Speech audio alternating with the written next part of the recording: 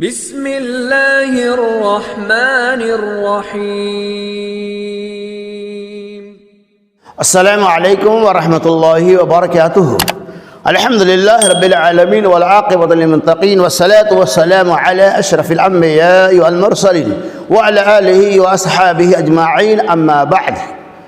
عن عبد الله بن مسعود رضی اللہ عنہ قال قال رسول اللہ صلی اللہ علیہ وسلم اذا کنتم ثلاثا فلا يتناجى اثنان دون الآخر حتى تختلطوا بالناس، رواہ متفق علیہ۔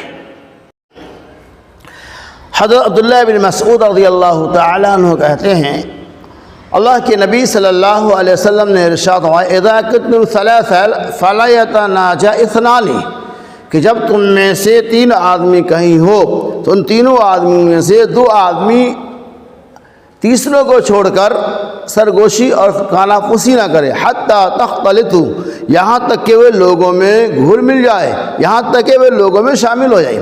اللہ کے نبی صلی اللہ علیہ وسلم نے حدیث پاک کے اندر اس بات کی وضاحت فرمایا کہ کہیں سفر میں یا کہیں بھی تین آدمی جا رہے ہیں تو ان تینوں آدمیوں میں سے دو آدمی الگ ہو کر ایک آدمی کو تنہا چھوڑ کر جدا نہ ہو جائے۔ کیوں؟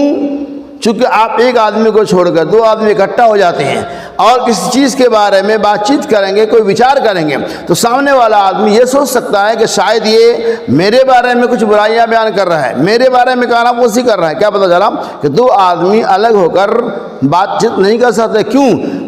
اس لیے کہ اس کے اندر بدگمانی پیدا ہوں گی۔ ممکن ہے کہ آپ اس کے بارے میں بات نہیں کر رہے ہوں گے، کسی خیر سے متعلق باتیں کر رہے ہیں، کسی اچھائی کے بارے میں باتیں کر رہے ہیں، دینداری کے بارے میں باتیں کر رہے ہیں، کسی اور کے معاملہ میں آپ باتیں کر رہے ہیں، لیکن سامنے والا آدمی یہ سوچ سکتا ہے کہ شاید وہ الگ ہم کو تنہا چھوڑ کر دونوں الگ ہو گیا ہے، میرے بارے میں کچھ باتیں کر۔ اسی لیے اللہ کے نبی صلی اللہ علیہ وسلم اذا کنتم ثلاثا فلا يتناجى اثنان دون الآخر، کہ جب تم میں سے تین آدمی کہیں جا رہے ہو تو دو آدمی الگ ہو کر تیسروں کو چھوڑ کر بات چیت نہ کریں۔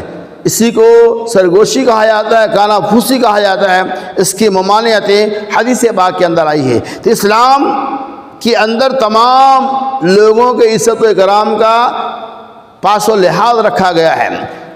اللہ کے نبی صلی اللہ علیہ وسلم ہر وہ شوشہ جس کے ذریعے آپس کے اندر رنجش پیدا ہو، جس کے ذریعہ ایک مسلمان کے اندر بغض اور کینہ کپٹ آ جائے، جس کے ذریعے ایک مسلمان کے اندر تھوڑی بہت جو ہے نا کراہیت اپنے مسلمان کے بارے میں ہو جائے، ایسی تمام باتوں سے اللہ کے نبی صلی اللہ علیہ وسلم نے امت کو روکا۔ عام طور پہ یہ باتیں ہوتی ہیں کہ لوگ کانا پھوسی، دوسرے کی برائیاں، دوسرے کی غیبتیں الگ تھلگ ہو کر کرتے رہتے۔ اسی لیے اللہ کے نبی صلی اللہ علیہ وسلم کہ اسلام میں جائز ہے ہی نہیں کہ تین آدمی جا رہے ہوں، دو الگ ہو کر ایک کو چھوڑ کر کسی بھی معاملے میں بات چیت کرے، چاہے اس کے بارے میں ہو چاہے کسی اور کے بارے میں ہو، ایسا کرنا جائز ہے ہی نہیں۔ لہذا اللہ سے دعا ہو اللہ تبارک و تعالی اس طرح کی سرگوشیوں اور کانا پھوسیوں سے ہمیں اور آپ کو، تمام مسلمانوں کو، تمام موحدین کو بچانے کی توفیق عطا فرمائے، آمین۔